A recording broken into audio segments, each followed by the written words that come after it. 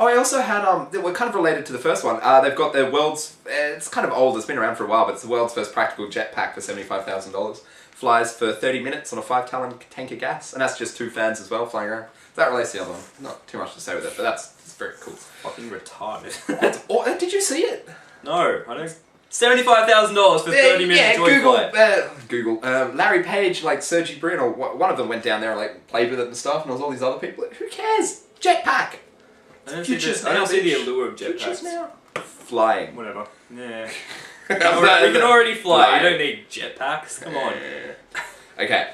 The next one I was going to talk about. Oh yeah, it was a nice. It was an interesting interview. Good Game, Australian TV show, interviewed Gabe Newell. Is he the CEO of Valve? Or he's like the head guy at Valve, pretty much. Gabe, and he Valve, like, Half-Life 2 and all that. But he was talking about Piracy. I thought it was just a really, really interesting discussion, because he was saying just how much they don't care about piracy. That what they find is just make it as easy as possible for the consumer to get their information. That's why they created Steam.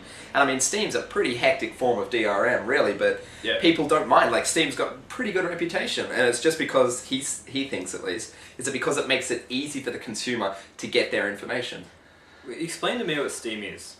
Steam is pretty much that you run this program just at the very in your taskbar at the bottom, and you can just buy games on there. And then when you want to run a game, you open Steam and you hit play the game.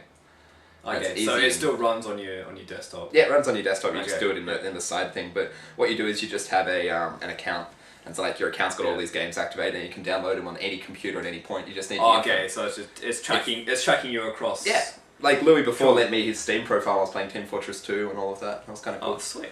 And yeah, but it just goes around. It just makes it really easy to get your games. Like, I was in town today. Like, I was at EB, and I was looking at games. Like, why would I actually buy a physical box thing? Like, I'm proud of my boxes. I love these boxes. They look pretty. You can hold them. They're physical. They're like tangible things. But it's the same thing as music. Like, why the hell would I want a CD anymore? Yeah. It's just hard. And I think that's going to be the same way with all of the next generation of consoles. It's just going to be online. Well, maybe not just, but the Wii, the hacked Wii. Oh my god, that just we got mates who got a hacked Wii. The Homebrew, I think it's called Homebrew Wii. Yeah, and it's just you hook up an external hard drive and you can just flick through games. It's you so press much play easier and goes. Putting in a disc. Yeah, it's just like hundreds and thousands of games just sitting on there, legally, of course. But the best part is the guy's number, address.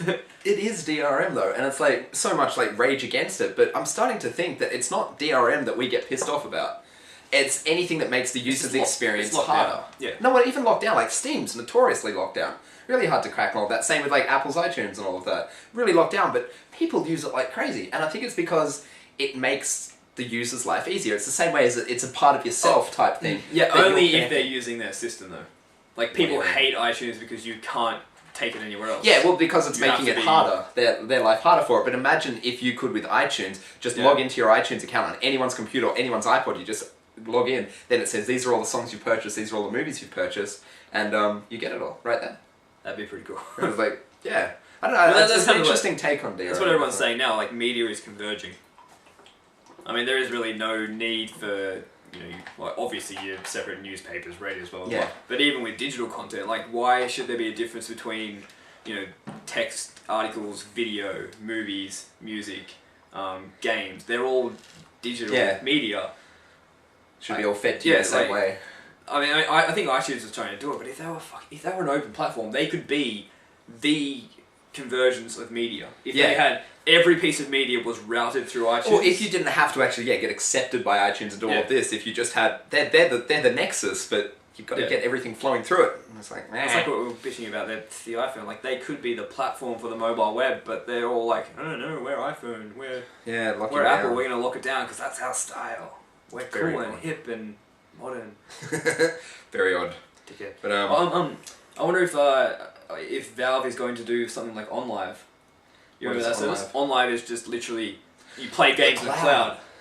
Why should you be processing and hosting and running the games off your own computer? If you have a fast enough internet connection, you just have it's just the GUI section on your screen. And it just transmits to you like the images on there, so there's no processing power on your end. Think it like some people don't get this. Think of your computer as the monitor, and your keyboard is the monitor, but your computer is actually across the world somewhere. But you can still play games because it still runs that fast back and forward that you don't notice any difference. There is no lag. There is no latency issues. It'd be cool to check out OnLive and see how it's going. I haven't been to that site in a while. Yeah, neither. Apparently, when they first came out, everyone was a bit skeptical. It's going to have to be. Well, everything's moving towards cloud stuff. That why do your processing on your machine? Do processing out. Yeah. That's good. Yeah. What's your next one? Another one of SingularityHub. It's this guy, Kevin Warwick, who was once actually a cyborg, kind of, and is now a prophet of the man-machine future. And it was just this really, really cool video of this guy showing off his robotics and just basically talking about where he thinks the whole cybernetics sort of paradigm is headed. What he apparently did back in 2002 is he got a 100 electrode array, which is like really, really tiny, like minuscule. He had it implanted into his nervous system. And when you think nervous system, you think like gut. Like when he did it, apparently it's just in his arm, like just right there. Yeah. So he implanted that, and then he had like I don't think gut and nervous system.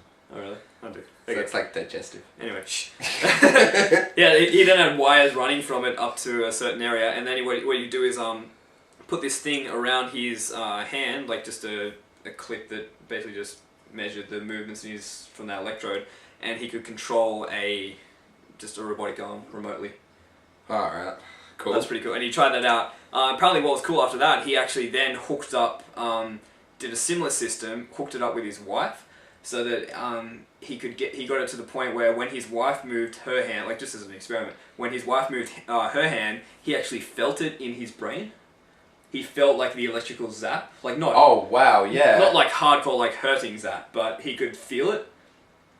And see, that's kind of just starting to get into the very, very prototype stage of being able to connect human brains. And this guy was very, very much in this video, he was very, very much talking about connecting human brains, because, I mean, if you can connect human brains, which there's no reason why you can't, it's just a technological sort of issue at the moment. Make it easier for consumers. Yeah. and then on top of that, he was saying that how awesome would that be? Because you have telepathy then. And then he was also saying that our current communication is so... He actually used the word pathetic.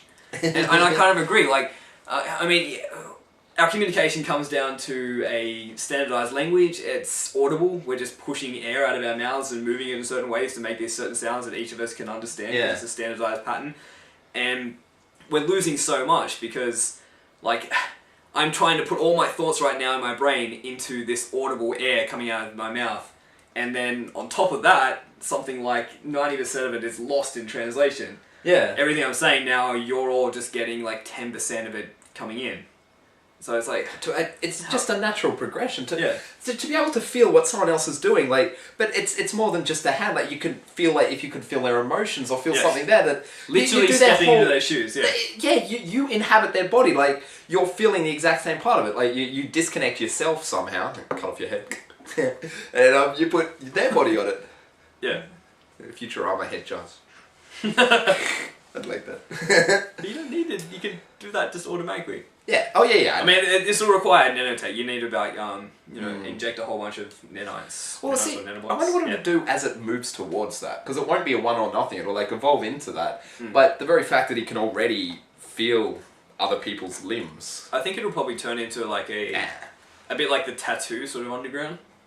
Oh, okay. I guess it used to be all the cyberpunk style. Yeah. Like I'm guessing some of these procedures will become like more realities, and people will start taking them on. Yeah. Like if you could, if you could implant a chip that could do something really, really cool, you would. Oh, I would get a magnet in my finger. I'm going to get a magnet in my finger. You can detect electric fields. It's not even technical at all. It's basic, but it's like enhancing yourself. You're going cyborg for the win. Yeah. Go cyborg, man.